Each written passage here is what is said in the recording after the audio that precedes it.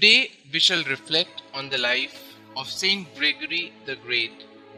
Gregory was the brilliant and energetic son of a wealthy Roman patrician named Gordanius and his wife Saint Sylvia.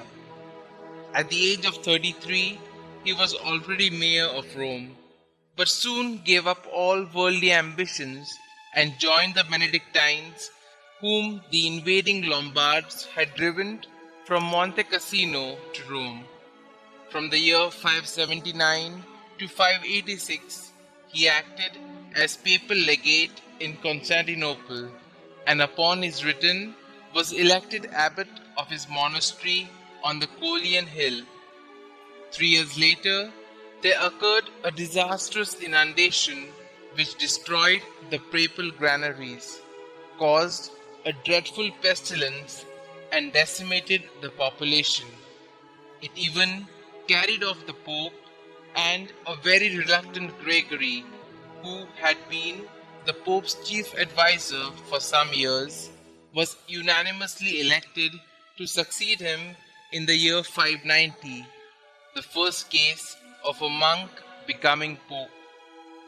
One of Pope Gregory's first acts was to call the Roman people to converge in 7 great penitential processions upon the Basilica of Santa Maria Maggiore to implore God's pardon and the cessation of the plague. Legend has it that the Archangel Michael then appeared over Adrian's tomb and sheathed his sword, thus indicating the end of the dreaded disease.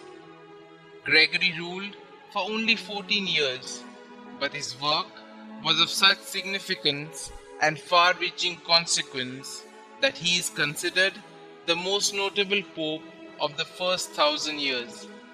His admirable Liber Pastoralis Curae, which sets forth his ideas on the duties of a bishop, has inspired the Catholic episcopate for centuries.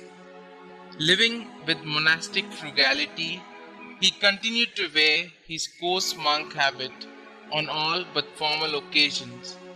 He combated simony, incontinence, heresy and injustice, and promoted a wider interest in the church's liturgy and sacred music.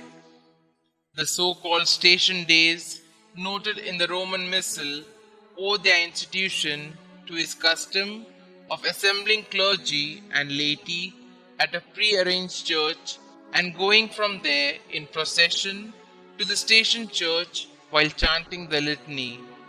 Here Mass would be celebrated and Gregory would deliver one of his popular expositions of doctrine, interwoven with sacred quotations and graphic anecdotes. In administering the large church lands dispersed throughout Italy, Africa, and Sicily, Gregory, the 64th successor of Peter, considered himself and his agents trustees under Christ's love for the benefit of the poor. His charity knew no bounds, for into an impoverished and almost starving Rome were crowding hordes of refugees in the flight before the Lombards.